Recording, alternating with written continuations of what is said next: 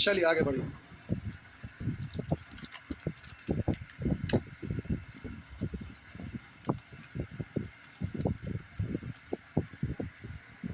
ये तो हो गया था ना पिछले दिन।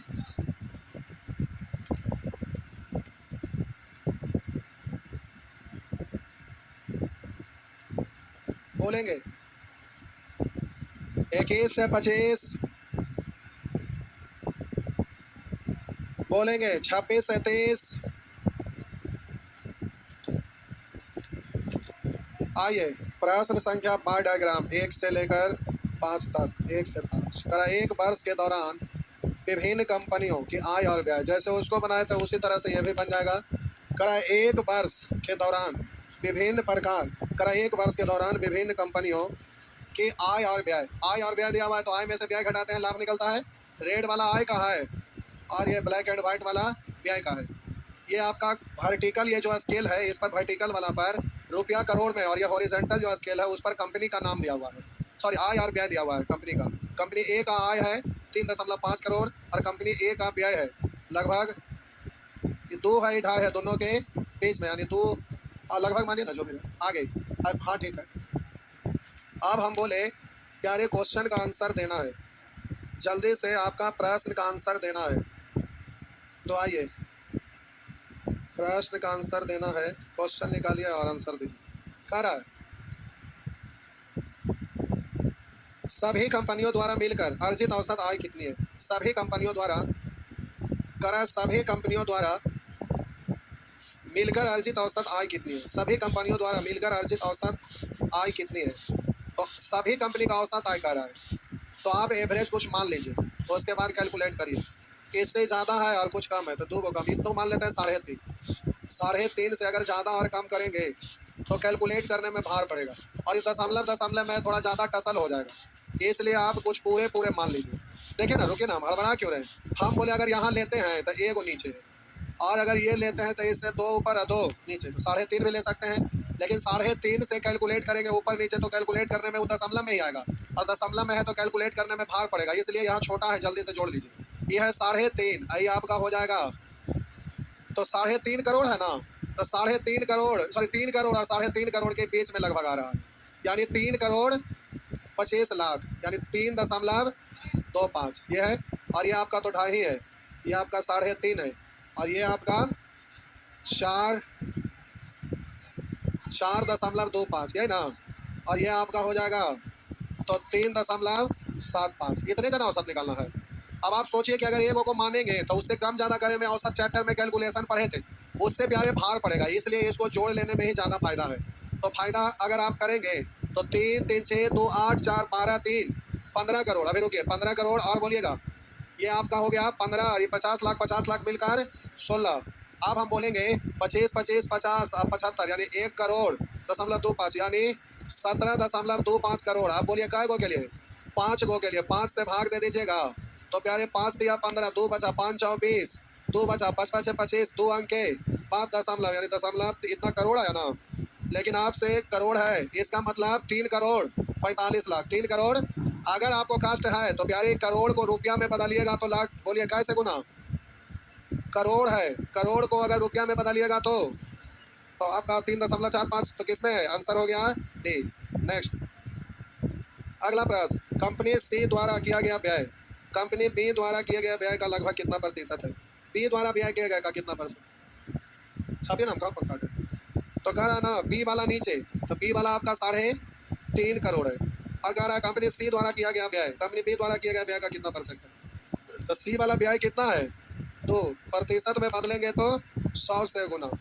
लगभग में पूछ रहा है, दशमलव हटाइए 0, 5 से 4 और 5 से 7, यानी 400/7, तो काट दीजिएगा तो बोलेंगे 7 बचे 35, 5 7 7 49, यानी लगभग 5 7। दशमलव में कुछ आएगा, लगभग में कर रहा है तो 5 7 हो गया। आगे आगे नेक्स्ट, चलिए आपका डी आई खत्म, तो आपका ये बैच खत्म, बाकी सब चीज़ पढ़ा ले एडवांस। ज्योमेट्री में सुरेशन बचा ले खाली, नहीं ना ये बैच में तो भी खत्म हो गया, नहीं हुआ, अच्छा हो जाएगा अभी तो। ये बैच में खत्म है, ये बैच में खत्म है, जिनको पढ़ना ये बैच जो चल रहा था यहाँ पर एडवांस में मेंसुरेशन और ज्योमेट्री खत्म हुआ था। आइए, कह रहा है कंपनी ए और डी द्वारा अर्जित प्रतिशत लाभ के बीच लगभग कितना अंतर है। कंपनी ए और डी द्वारा अर्जित प्रतिशत लाभ के बीच कितना अंतर है। कंपनी और डी द्वारा अर्जित प्रतिशत लाभ, तो ए का अलग निकालना पड़ेगा, डी का अलग, क्योंकि निश्चित राशि अलग अलग है। तो ए का आय है 3.5 और व्यय है 2.25। तो अब इसका लाभ निकालेंगे तो आय में से व्यय घटाएंगे ना, और व्यय को रखेंगे नीचे, और बोलिए ये दोनों में अंतर है कितना, 1.25। प्रतिशत में बदलेंगे 100 से, ये ए का निकल गया। अब किसका निकालना है, डी का। तो डी का ये आपका 4.25 और ये आपका 3.5 है। तो 3.5 को नीचे, और बोलिएगा इससे ज़्यादा कितना है, 0.75, 0.75 ना, प्रतिशत में बदलिएगा 100 से। इन दोनों का पूछ रहा अंतर कितना है, कैलकुलेट कर लेंगे। अंतर का मतलब बड़का में से छोटका को घटाना है। अब ये सब एग्जाम में कम रहता है, खास करके ऑनलाइन का एग्जाम में और कम रहता है, नहीं रहता है, रेयर केस में ना के बराबर रहता है। आइए, सभी कंपनियों द्वारा मिलकर किया गया कुल व्यय कितना है। सभी कंपनी द्वारा कुल व्यय, तो कुल व्यय कह रहा है, तो ये सबको जोड़ देंगे। तो हमारा कोई रोल है जोड़ना है, तो ये सबको जोड़ देंगे, टोटल को जोड़ देंगे, ठीक। अब इसमें हमारा कोई रोल नहीं है, इसको जोड़ना है, आप जोड़िए। आगे, कंपनी ए और सी द्वारा अर्जित लाभ का क्रमशानुपात क्या है। ए और सी द्वारा अर्जित लाभ का अनुपात, ए और सी का लाभ, ए और सी का लाभ करा, ए और सी का लाभ करा, ए और सी का लाभ। तो बोलिएगा ए का लाभ, तो प्यारे ये आपका 2.25 है और ये 3.5 है। तो इन दोनों का अंतर निकालेगा, वही लाभ होगा ना। तो हो जाएगा आपका 1.25। ए और सी में आपका ये दिया हुआ है 2.5 और ये वाला आपका दिया हुआ है 2, दोनों में अंतर लीजिएगा, दशमलव दशमलव से दशमलव, 25 25 और 25 2, 5:2, 5:2 हो गया। नेक्स्ट ऑप्शन ना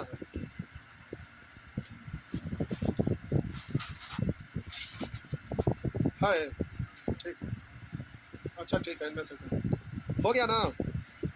डी आई वगैरह आप इतना सीख गए तो आप घर पर ऐसे बैठ के बनाइएगा। देखिए, जितना ज़्यादा सेट बनाएंगे उतना ज़्यादा निखार आएगा, एग्जाम में स्पीड आएगा। तो स्पीड के लिए प्यारे सेल्फ स्टडी जरूरी है, और सेल्फ स्टडी में कुछ नहीं, केवल प्रैक्टिस करना है। जो भी आप एग्जाम देने वाले हैं, जो भी आपको अच्छा लगता है, जिसको पसंद करते हैं, या फिर जो लेटेस्ट वैकेंसी आया हुआ है, मन में कोई टारगेट नहीं कि हमको ये जॉब लेना, जो भी आ जाए भर देंगे, तो उसी का सेट बनाइए बस। अब ज़्यादा आजकल पढ़े की जरूरत नहीं है, कोई भी स्टूडेंट आजकल का स्टाइल बदल गया है, केवल सेट पर भरोसा करते हैं, पढ़े से मतलब नहीं रखते। आइए, उसी तरह से ये भी प्यारे बन जाएगा। देखते हैं, रुकिए एक सेकंड। कामकाजी महिला और गैर कामकाजी, गैर कामकाजी का मतलब जो काम नहीं कर रहे, रुकिए अभी, अंग्रेजी हिंदी। चलिए, ये भी आज खत्म हो जाएगा आजकल में। चलिए ठीक है, ये तो हो गया। आइए, हो जाएगा तो ठीक है, आंसर दीजिए ना हम यहीं पे। आइए, सभी लोग बनाइए, सभी लोग बनाइए।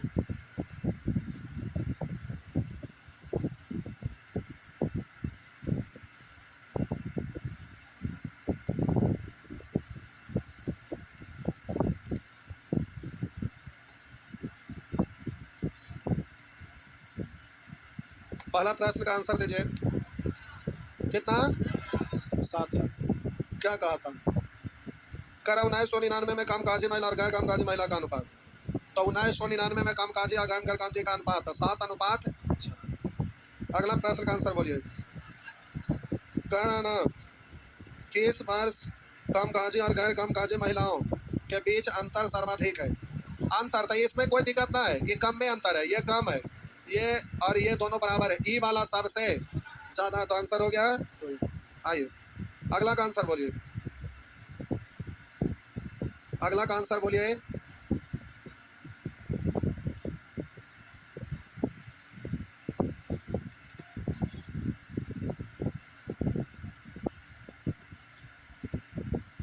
हाथ पे बना रहे हैं, पेज पे बनाइए।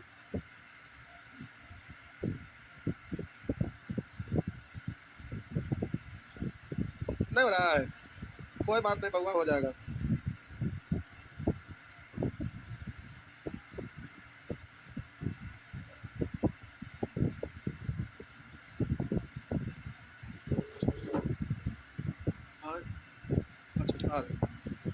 करा 12 से 2000 में कामकाजी और गैर कामकाजी महिलाओं की कुल संख्या में करा 2000 में, यानी यहाँ पर आइए, यहाँ पर रुका ना, करा 2000 में कामकाजी और गैर कामकाजी महिलाओं की कुल संख्या में उस वर्ष गैर कामकाजी महिलाओं की संख्या लगभग प्रतिशत कितना था? गैर कामकाजी महिला की संख्या का प्रतिशत टोटल का ना, तो गैर कामकाजी महिला कितना? 35। तो 35 को ऊपर और दोनों को नीचे ना, टोटल काम करने वाले का परसेंट। तो उधर है आपका 75 प्लस 35 प्रतिशत में बदलेंगे 100 से गुना, जो भी आ जाए। अरे लगभग लिखल है ना, क्यों माथा पुकारे। चला जल्दी से आंसर बोला, अगला का आंसर बोलिए, अगला का आंसर बोलिए।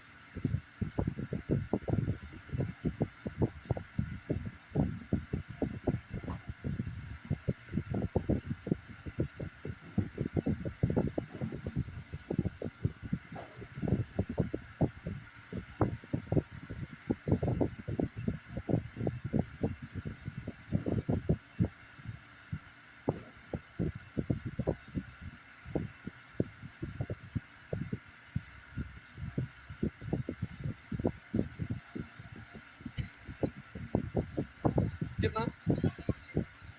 अच्छा क्या पूछा था? पिन क्या हुआ? अच्छा कर रहा है। हाँ, जिससे कंपेयर किया जाता है। देखिए क्या कर रहा है, 12 से 2000 में, कौन साल में? 2000 में। तो 2000 में दो तरह के लोग हैं, कामकाजी महिला और गैर कामकाजी। 2000 में टोटल गैर कामकाजी या कामकाजी मिलाएंगे तो टोटल है। अब यहाँ कह रहा है 12 से 2000 में कामकाजी और गैर कामकाजी महिलाओं की कुल संख्या में उस वर्ष गैर कामकाजी महिलाओं की संख्या लगभग प्रतिशत कितना? गैर कामकाजी महिला का प्रतिशत लगभग कितना है? किसका था? ऊपर में लिखा है कामकाजी और गैर कामकाजी, यानी टोटल में, है ना। अच्छा कोई बात नहीं, वो सेंटेंस जो लिखता है, आपको तो पहले भी बोले थे कि सेंटेंस लिखता है तो हर हाल में का या से आता है, कभी कभी नहीं भी लिखा रहता है, तो सेंटेंस ग्रामेटिकली सही नहीं रहता है, लेकिन वो रहता है तो आप उसको पढ़ते हैं, तो पढ़ के सेंस लगा के आप आंसर देते हैं। यहाँ पर ऊपर वाला लाइन से तो क्लियर हो ही रहा है, नहीं हो रहा है? क्या हुआ? जिससे कंपेयर किया जाता है। हाँ तो देखिए क्या लिखा है, वहाँ कहाँ की जगह में लगा दिया है। देखिए कहाँ की जगह में लगा दिया है, तो कहा कि से में उसी तरह का चीज है, लेकिन जनरली कहा या से ही ग्रामेटिकली सही होता है, लेकिन उसकी जगह में लिख दिया है। हाँ तो मैं यहाँ लिख दिया है, उसी के चक्कर में आप परेशान हो गए। नहीं लिखा में क्या? 12 से 2000 में कामकाजी और गैर कामकाजी महिलाओं की कुल संख्या में, यानी टोटल में, वही ना है, उसी के चलते में से एक दिक्कत हो रहा था, कार को दिक्कत। अगला कर, यदि 30% गैर कामकाजी महिलाओं ने बाद में उस वर्ष 1996 में काम करना शुरू कर दिया, मतलब काम करने वाले नहीं है, वही ना गैर कामकाजी हैं, उसमें अब 30% लोगों को काम मिल गया। नहीं करा 30% गैर कामकाजी महिला ने बाद में वर्ष 1996 में काम करना शुरू कर दिया, तो उस वर्ष कामकाजी महिला की कुल संख्या कितनी होगी? तो देखिए 1996 में ना, तो 1996 में कामकाजी महिला है कितना? 50। अब इसकी संख्या बढ़ जाएगा, क्यों? क्योंकि जो गैर कामकाजी महिला है ना, उसमें से भी 30% लोग काम करने लगे, तो 60 का 30% निकालिएगा, जितना आएगा उतना बढ़ जाएगा ना, बढ़ जाएगा ना। तो 18 जोड़ देंगे तो 50 18 68, बस हाँ जो है मिलियन है तो मिलियन, हाँ ठीक है भाई, मिलियन में तो मिलियन हो। करा 1996 में कामकाजी महिलाओं की संख्या का वर्ष 2000 में कामकाजी महिलाओं की संख्या से क्रमशः अनुपात क्या था? 1996 और 2000 में कामकाजी महिला, तो बोलेंगे 50 और उधर 75, 25 दूनी 25 दिया, हो गया ना, 2 3 सब ठीक है। प्यारे ऐसे ही नहीं बना लीजिएगा,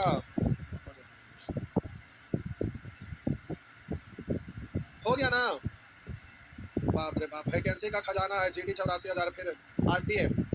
कितने लोगों का हाइट इस समय ना है? माथा पीटा बेंच में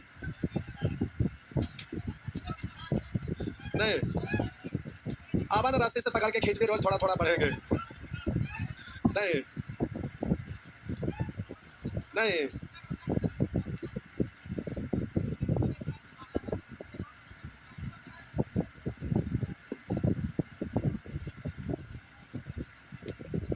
अब बोलिए इधर बनाएंगे कि बनाऊं और बनाएंगे, तो इसको खत्म समझे।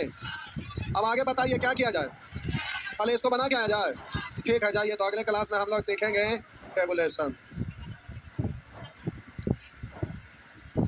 टेबुलेशन बना लीजिएगा, क्या हुआ, चाहिए। ट्रिगोनोमेट्री वाले बैठे रहेंगे।